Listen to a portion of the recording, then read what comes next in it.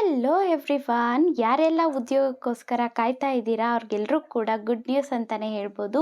ಯಾಕೆ ಅಂತ ಅಂದರೆ ಕೆನರಾ ಬ್ಯಾಂಕ್ಗಳಲ್ಲಿ 3,000 ಹುದ್ದೆಗಳು ಖಾಲಿ ಅನ್ನುವಂಥದ್ದು ಇದೆ.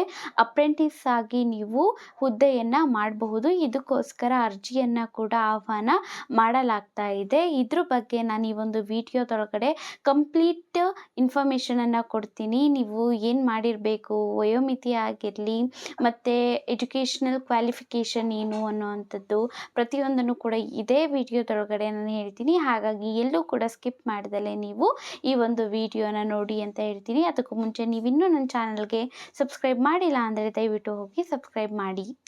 ಕೆನರಾ ಬ್ಯಾಂಕ್ ಅನ್ನೋವಂಥದ್ದು ಭಾರತದ ಒಂದು ಪ್ರಮುಖ ಸಾರ್ವಜನಿಕ ವಲಯದ ಬ್ಯಾಂಕ್ ಅಂತಲೇ ಹೇಳ್ಬೋದು. ಇದು ತನ್ನ ಪ್ರಧಾನ ಕಚೇರಿಯನ್ನು ಬೆಂಗಳೂರಿನಲ್ಲಿ ಹೊಂದಿರುವಂಥದ್ದು. ಈ ಒಂದು ನೇಮಕಾತಿಯ ಡ್ರೈವನ್ನು 1961 ಅಪ್ರೆಂಟಿಸ್ಶಿಪ್ ಈ ಒಂದು ಕಾಯ್ದೆಯಡಿ ಇದನ್ನು ತಂದಿರುವಂಥದ್ದು. 9,600ಕ್ಕಿಂತ ಜಾಸ್ತಿ ಶಾಖೆಗಳನ್ನು ಈ ಒಂದು ಕೆನರಾ ಬ್ಯಾಂಕ್ ಅನ್ನುವಂಥದ್ದು ಹೊಂದಿದೆ. ಇವುಗಳಲ್ಲಿ 3,000 ಪೋಸ್ಟ್ಗಳನ್ನುವಂಥದ್ದು ಇವಾಗ ಖಾಲಿ ಇರೋವಂಥದ್ದು. ಅದಕ್ಕೋಸ್ಕರನೇ ಅರ್ಜಿಯನ್ನು ಆಹ್ವಾನ ಮಾಡಲಾಗ್ತಾ ಇದೆ. ಯಾರಿಗೆಲ್ಲ ಬ್ಯಾಂಕಿಂಗ್ ಸೆಕ್ಟರಲ್ಲಿ ಕೆಲಸ ಮಾಡಬೇಕು ಅಂತ ಆಸೆ ಇದೆ ಅಲ್ವಾ, ಅವರೆಲ್ಲ ಕೂಡ ಅರ್ಜಿಯನ್ನು ಸಲ್ಲಿಸಬಹುದು. ಇದಕ್ಕೆ ಅರ್ಜಿ ಶುಲ್ಕ ಕೂಡ ಇರುತ್ತೆ. ಅದರಲ್ಲೂ ಕೂಡ ಶುಲ್ಕ ವಿನಾಯಿತಿ ಕೂಡ ಇರುತ್ತೆ. ಇನ್ನು ನೋಂದಣಿ ಪ್ರಕ್ರಿಯೆ ಇವೆಲ್ಲ ಕೂಡ ಪ್ರಾರಂಭ ಆಗುವಂಥದ್ದು ಸೆಪ್ಟೆಂಬರ್ 21, 2024. ಇನ್ನು ಕೊನೆಯ ದಿನಾಂಕ ಯಾವಾಗ ಅಂತ ಅಂದರೆ ಅಕ್ಟೋಬರ್ 4, 2024. ಹಾಗಾಗಿ ಬೇಗ ಅರ್ಜಿಯನ್ನು ಸಲ್ಲಿಸಿ. ವಯೋಮಿತಿ ಎಷ್ಟಾಗಿರಬೇಕು ಅಂತ ಅಂದರೆ ಸೆಪ್ಟೆಂಬರ್ 1ನೇ ತಾರೀಕು 2024 ಏನಿದೆ ಅಲ್ಲಿಗೆ ಕನಿಷ್ಠ 20 ವಯಸ್ಸಾಗಿರಬೇಕು. ಗರಿಷ್ಠ ಅಂತಂದರೆ 28 ವರ್ಷಗಳು ಆಗಿರಬಹುದು. ಆದರೆ ಕೆಲವೊಂದು ರಿಸರ್ವ್ಡ್ ವರ್ಗಗಳಿಗೆ ಏನಾಗಿದೆ, ಮೀಸಲಾತಿ ಇರೋವಂತಹ ಇವಕ್ಕೆ ವಯಸ್ಸಿನ ಒಂದು ಸಡಿಲಿಕೆ ಅನ್ನುವಂಥದ್ದು ಕೂಡ ಇದೆ.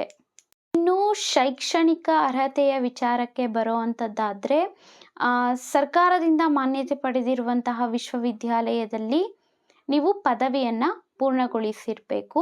ಇದೇ ಪದವಿ ಅಂತ ಏನೂ ಇಲ್ಲ. ಇಲ್ಲಿ ಯಾವುದೇ ಪದವಿ ಮಾಡಿದರೂ ಕೂಡ ನೀವು ಎಲಿಜಿಬಲ್ ಇರ್ತೀರಾ. ಇದೇ ಒಂದು ಗುಡ್ ನ್ಯೂಸ್ ಅಲ್ವಾ.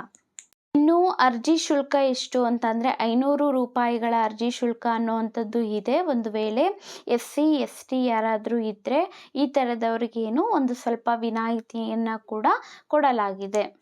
ಅನೇಕ ಮಾರ್ಗಗಳಲ್ಲಿ ಈ ಒಂದು ಶುಲ್ಕವನ್ನು ಪಾವತಿ ಮಾಡಬಹುದಾಗಿರುತ್ತೆ. ಡೆಬಿಟ್ ಕಾರ್ಡ್ ಆಗಿರಲಿ, ಕ್ರೆಡಿಟ್ ಕಾರ್ಡ್ ಆಗಿರಲಿ, ನಗದು ಫಾರ್ಮಲ್ಲಿ ಆಗಿರಲಿ.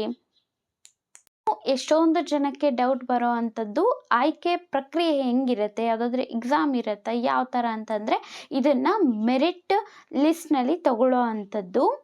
ಅಂದರೆ ನಿಮ್ಮ ಒಂದು ಸೆಕೆಂಡ್ PU ಅಥವಾ 12ನೇ ತರಗತಿ ಏನಿರುತ್ತೆ ಅಲ್ವಾ, ಡಿಪ್ಲೊಮೊ ಪರೀಕ್ಷೆ ಆಗಿರಬಹುದು.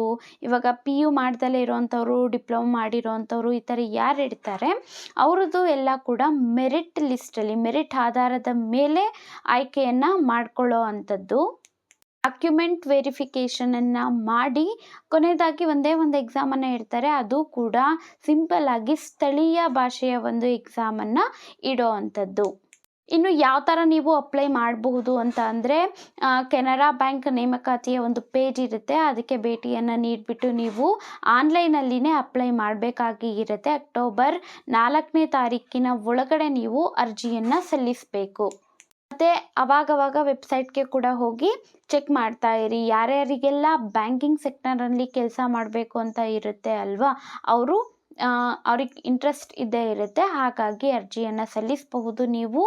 ಮತ್ತು ಮೆರಿಟ್ ಆಧಾರದ ಮೇಲೇ ತಗೊಳ್ತಿರೋದ್ರಿಂದ ಇನ್ನೂ ಚೆನ್ನಾಗಿರುತ್ತೆ. ಮತ್ತು ಯಾವುದೇ ರೀತಿ ಪದವಿಯನ್ನು ಮುಗಿಸಿದ್ರೂ ಕೂಡ ನೀವು ಎಲಿಜಿಬಲ್ ಇರ್ತೀರಾ. ಇದಿಷ್ಟು ಆಗಿತ್ತು ಕೆನರಾ ಬ್ಯಾಂಕ್ನಲ್ಲಿ ಯಾವ ಥರ ಉದ್ಯೋಗವನ್ನು ಪಡೆದುಕೊಳ್ಳುವಂಥದ್ದು ಅಂತ. ಇನ್ನೂ ಬೇರೆ ಥರ ಹುದ್ದೆಗಳು ಬೇಕು ಅಂತ ಅಂದರೆ ಅವುಗಳ ಬಗ್ಗೆ ಕೂಡ ನಾನು ವಿಡಿಯೋಸನ್ನು ಮಾಡಿದ್ದೀನಿ. ಎಷ್ಟೊಂದು ನೇಮಕಾತಿಗಳ ಒಂದು ವಿಷಯಗಳನ್ನು ವಿಡಿಯೋದ ಮುಖಾಂತರ ಕೂಡ ತಲುಪಿಸೋದಕ್ಕೆ ಪ್ರಯತ್ನವನ್ನು ಪಟ್ಟಿದ್ದೀನಿ. ನನ್ನ ಚಾನಲ್ ಒಳಗಡೆನೆ ಅದ್ರ ಬಗ್ಗೆ ಒಂದು ಪ್ಲೇ ಲಿಸ್ಟ್ ಇದೆ, ಅದಕ್ಕೆ ಹೋಗ್ಬಿಟ್ಟು ನೋಡಬಹುದು ನೀವು. ಇಷ್ಟ ಆಗಿದ್ರೆ ಒಂದು ಲೈಕ್ ಮಾಡಿ, ಅದೇ ಥರ ಸಬ್ಸ್ಕ್ರೈಬ್ ಮಾಡಿ, ಸಪೋರ್ಟ್ ಮಾಡಿ. Thank you.